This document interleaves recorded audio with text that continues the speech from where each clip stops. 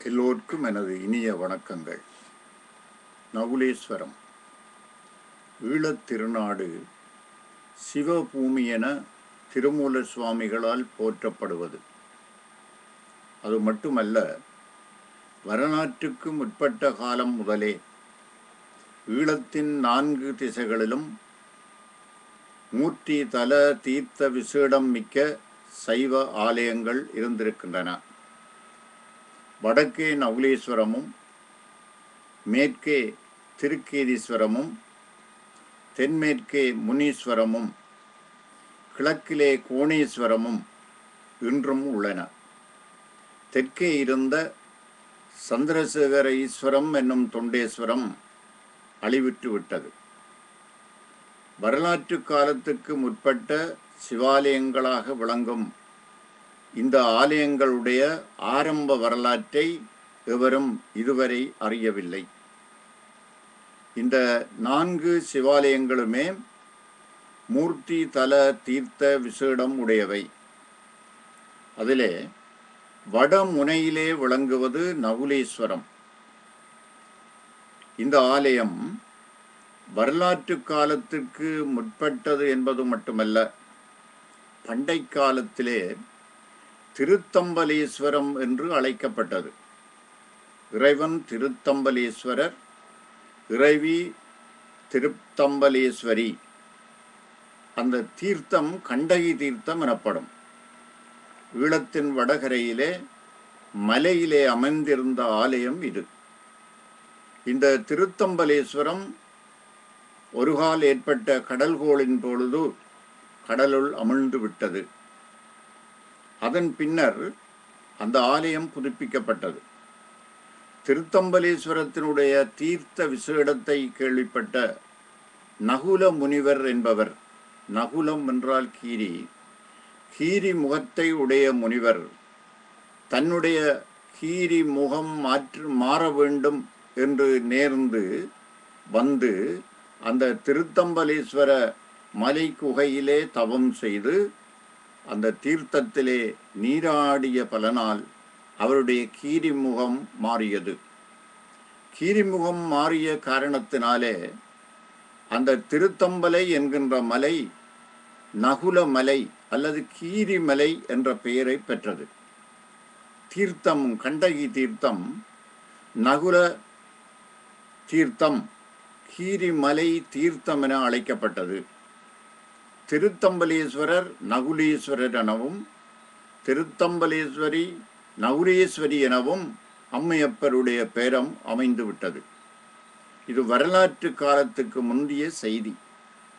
மகாபாரத ராமாயண காலத்திலே எடுத்து நாங்கள் சிந்தித்து பார்த்தாலும், அரிச்சுனன் தீர்த்த யாத்திரை செய்வதற்கு புறப்பட்டு போன காலத்திலே இந்த கீரிமலைக்கு வந்து தீர்த்தம் ஆடிய வரலாறு உண்டு.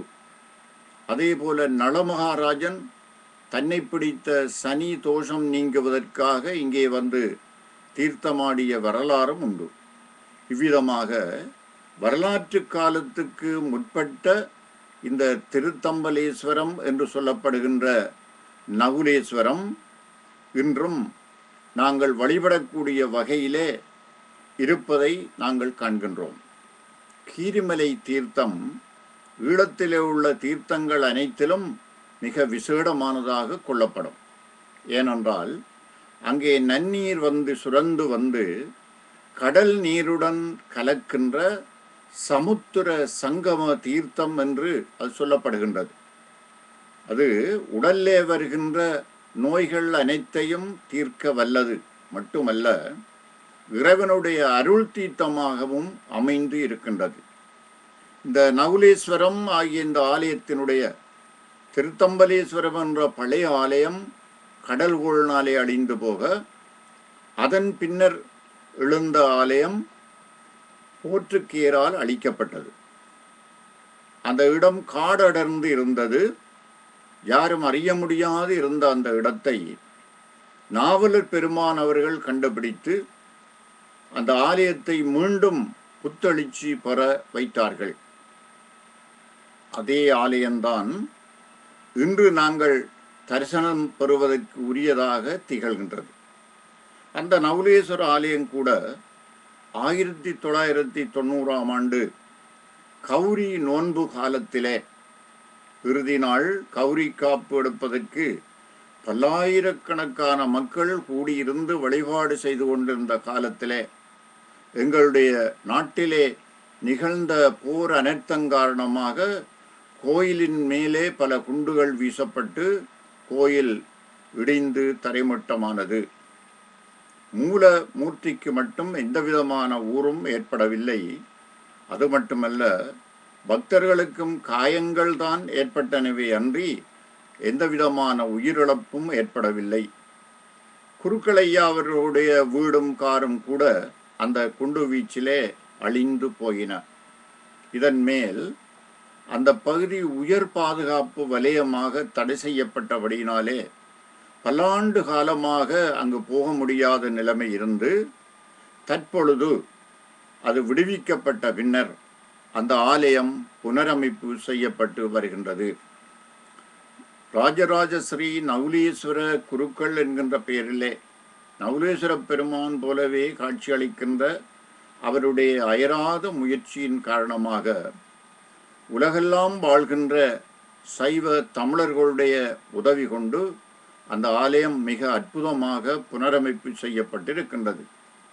தோரண வாயில், ராஜகோபுரம், அதன் உள்ளே ஆலயம், மிக பிரமாண்டமான ஆலயம், அற்புதமான சிற்ப ஓவிய வேலைப்பாடுகள் அமைந்த ஆலயமாக இன்று மிளிர்கின்றது.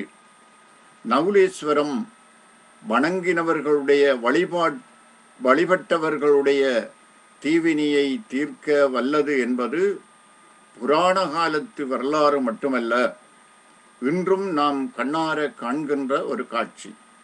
அந்த புண்ணிய தீர்த்தத்திலேதான் இறந்தவர்களுடைய இறுதிக்கிரியை நடைபெற்று அந்தியேட்டி கர்மம் நடைபெறுகிறதும், அந்த புண்ணிய தீர்த்தத்திலே அவர்களுடைய சாம்பரை கரைப்பதனாலே, அதாவது கடல் தீர்த்தத்திலே கீரிமலை உடன் இணைந்து இருக்கின்ற கடல் நீரிலே சாம்பரை கரைப்பதனாலே அவர்கள் நல்ல பேற்றை பெறுவார்கள் என்ற நம்பிக்கையும் இன்றும் இருப்பதை நாங்கள் காண்கின்றோம்.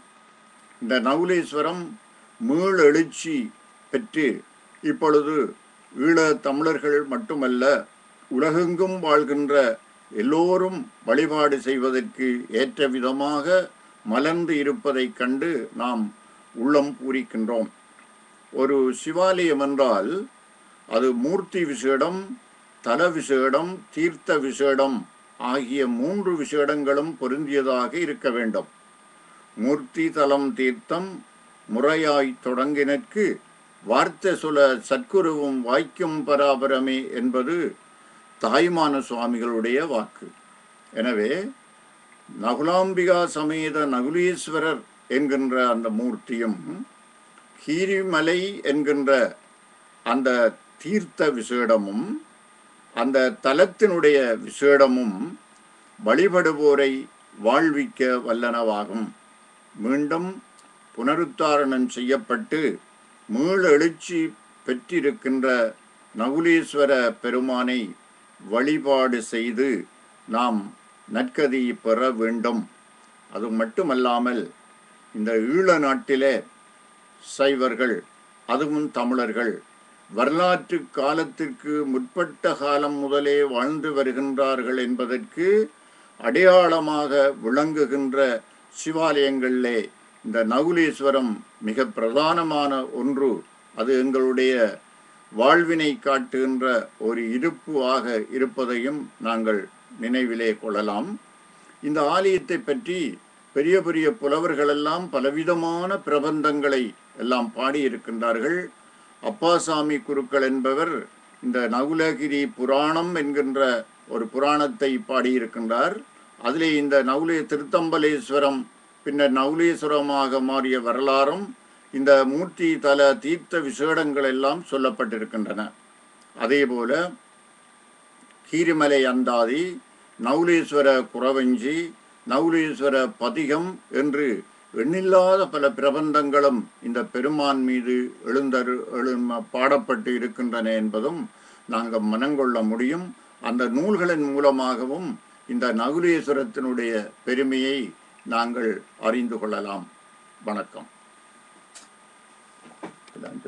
சொன்னானே.